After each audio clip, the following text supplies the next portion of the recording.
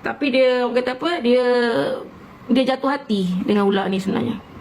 Okey, ni dia punya, ni kisah dia. 7 puteri. Saya sebenarnya kan, saya nak cakap dengan tuan-tuan, dalam banyak saya punya apa ni, saya punya live, ramai juga yang DM saya tanya apa ni, tentang 7 puteri ni. Kejap okey, ini semasa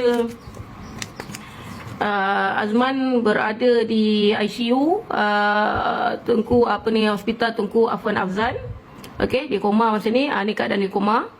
Yang masa tu bapak dia panggil apa ni, pawang-pawang ular, seluruh pahang untuk menyelamatkan anak dia. Dan masa dia buka ijab ni lah, di ICU ni lah, dia dapati bahawa ini dah bukan jadi ICU dah, ini dah jadi macam paya.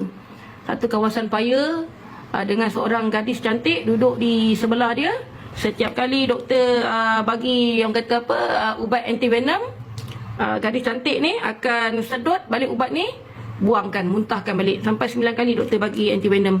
Kalau dalam kes-kes biasa ular ni, kalau kes macam ni, selalunya 3-4 anti-venom kalau kita bagi, insyaAllah pesakit dah nampak ada perubahan. Tapi dalam kes Azman ni, dia tidak menunjukkan perubahan walaupun doktor dah bagi 9 dos anti-venom masa tu.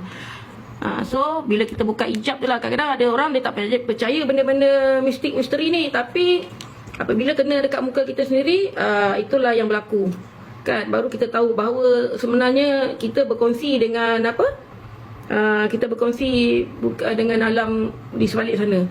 Kalau tuan-tuan nak tahu, kalau tuan-tuan tengok sekarang ni pukul 11 pagi kan, lebih kurang lah, kita 11 pagi kan, 10.55, 11 pagi kan.